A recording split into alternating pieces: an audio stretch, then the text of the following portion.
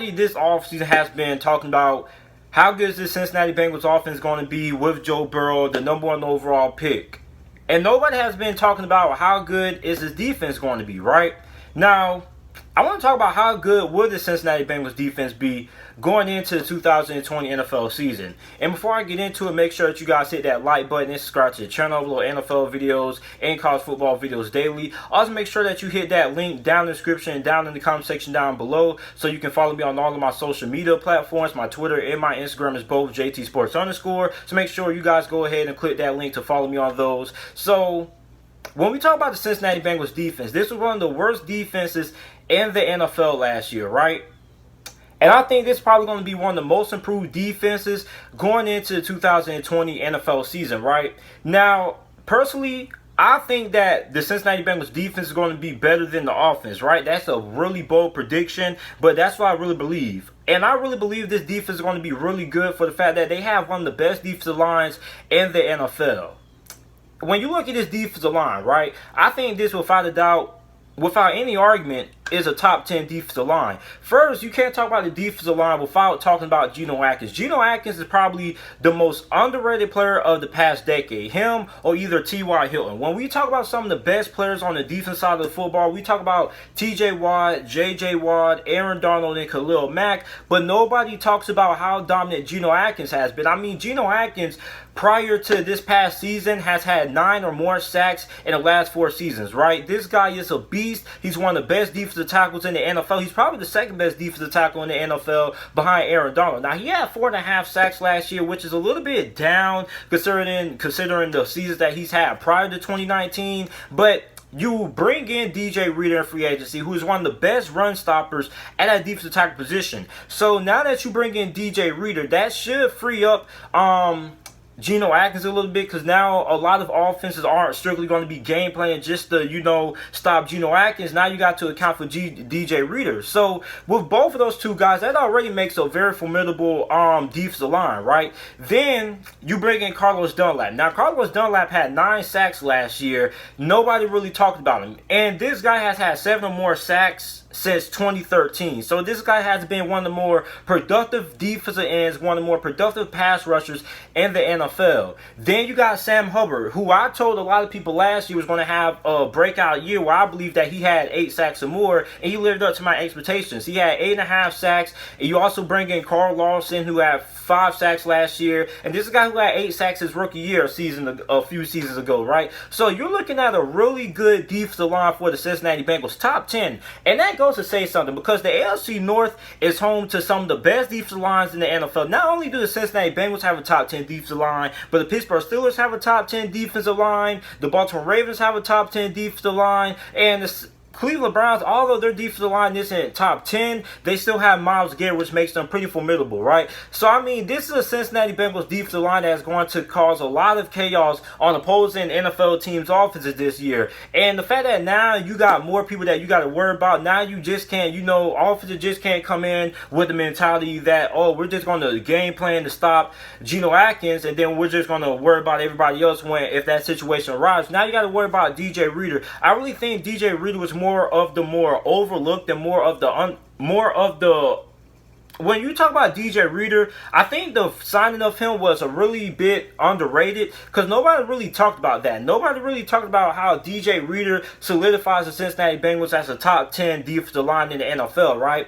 Now we got to get to the linebacker position. Now, the linebacker position was the biggest weakness of the Cincinnati Bengals defense, not just last year, but it has been for the last couple of seasons. Like, this Cincinnati Bengals linebacking core the past few years has not been that good. And it's pretty much been the only thing that's been holding back the Cincinnati Bengals defense for really being as good as they could. Now, when you look at the linebacker position, you got Jordan Evans, you got Bynes, you got Akeem Davis-Gaither, the rookie out of Appalachian State. I really like him a lot. This was one of the best coverage linebackers coming into this past year's 2020 NFL Draft. And without a doubt, he should be a day one starter. If the Cincinnati Bengals don't start him, then I don't really know what's going on with that coaching staff, or maybe he just isn't as good as I think that he is. But I think Akeem Davis-Gaither, without a doubt, has to start, because right away he is going to improve that Cincinnati Bengals linebacking course when it comes to their ability to stop the pass. Because listen, a lot of teams teams, basically, they just throw whatever they want to when it comes to the linebackers. The linebackers, they can't lock down anything. So, I mean, when you look at King Davis-Gaither, I think this guy's an upgrade compared to what they've had at the linebacker position the last few years.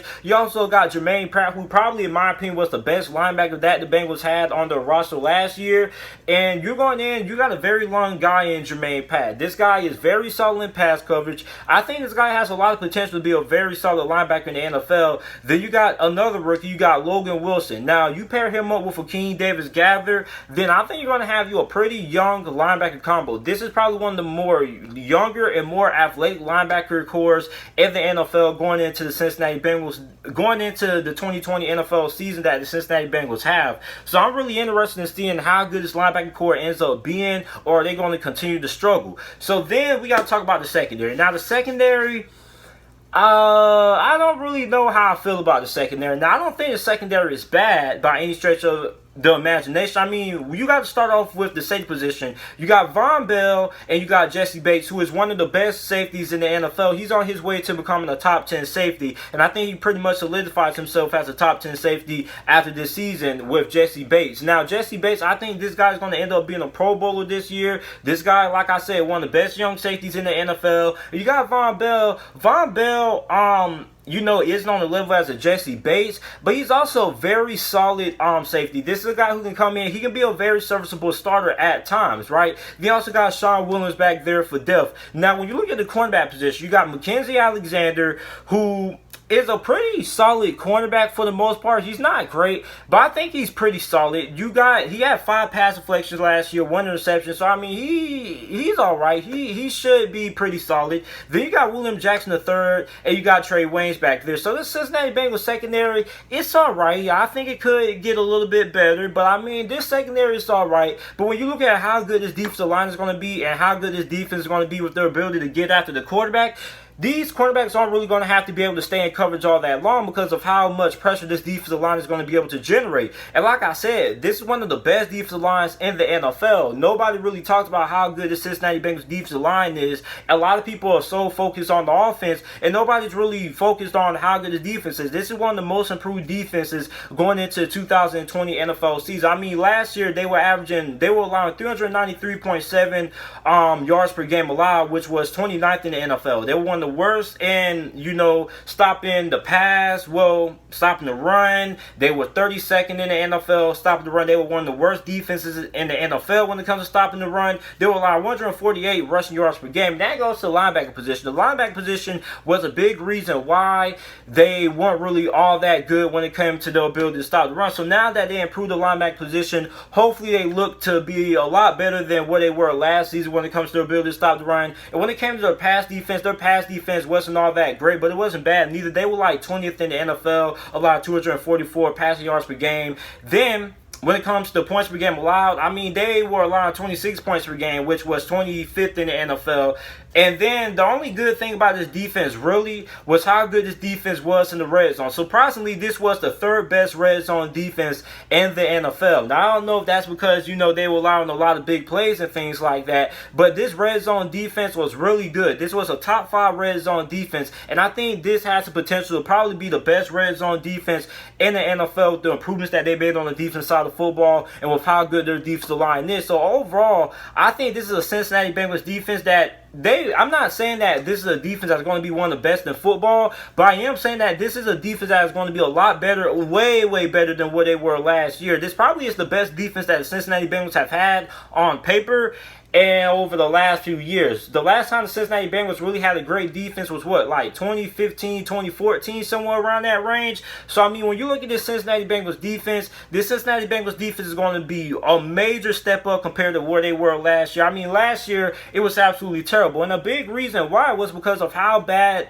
of a play they got from their linebackers. Now you improve the linebacker position. You bring in some young guys. So, I mean, it's going to be really interesting to see how good the Cincinnati Bengals defense is going to be. But without a doubt, this is going to be one of the best defensive lines in the NFL. Like I said, Juno Atkins, DJ Reader. You got a 1-2 punch there at the tackle positions. You got Carlos Dunlap, who had 9 sacks. You had Sam Hubbard, who had 8.5 sacks. You got Carl Lawson back there as well for depth. So, I mean, this is a Cincinnati Bengals defense that is going to give a lot of offenses trouble.